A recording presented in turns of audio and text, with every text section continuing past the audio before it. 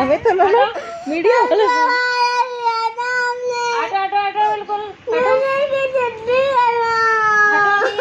पैसे जाते हैं ट्यूशन में।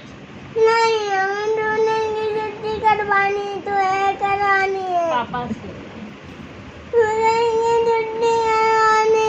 पापा कह रहे जल्दी आना, जो इन्हें शाम को भी ना खेलने दे। नहीं तो कह रहे हैं अभी फोन चला लो, शाम को खूब बढ़िया खिलवाएंगे तुम्हें। नहीं, ट्यूशन नहीं पढ़ना है। ट्यूशन नहीं मारेगा ना। ये संस्कार तो लग नहीं रहा। मारेगा ना बाबा को। खाए पी चुके? फुर्सत हो गई, कौन से निकल रहे?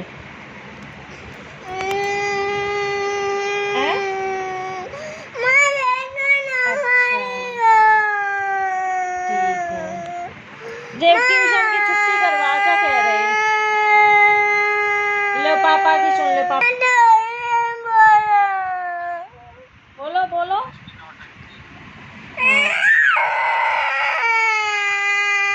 ठीक ठीक।